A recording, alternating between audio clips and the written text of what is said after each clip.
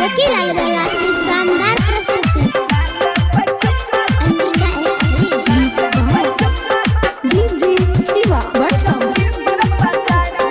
रिमझिम recording studio Simri Bakhtiyarpur.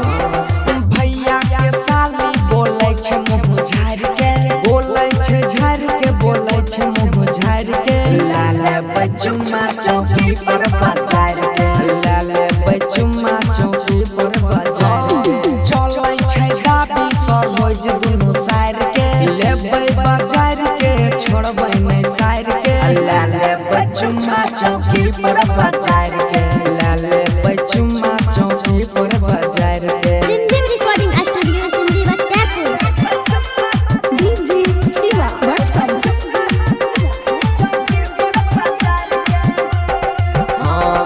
खोल के बारी साली करे छे इशारा, करे छे इशारा, साली करे छे इशारा। लाले बचुमा ता मन होते हारा, मन होते हारा, हमर मन होते हारा।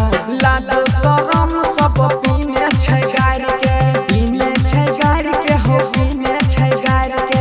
खूब लेबे चुम्मा चौकी पर बाजार के, लेबे हो चुम्मा चौकी पर बाजार के।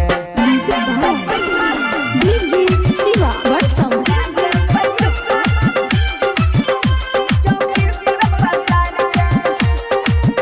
Rimjhim recording studio Simri Bakhtiyarpur. खूब मजा अइले भैया के ससुराल में, फेरो मन करे छे जइबैया खार में। हंसी मजाक भेले सरहद के प्यार में, डूबल रही हो साली के प्यार में। रंजनमा बंसी अइले मजा मार के, खूब मजा मार के अइले मजा मार के।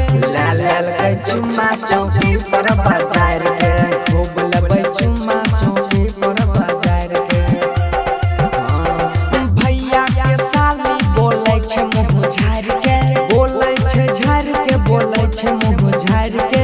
लाले बचुमा चौकी पर बाजार के, लाले बचुमा चौकी पर बाजार के। चलै छे गाबी सरोज दुनु साइड के, लेबै बाजार के छोड़बै नै साइड के। लाले बचुमा चौकी पर बाजार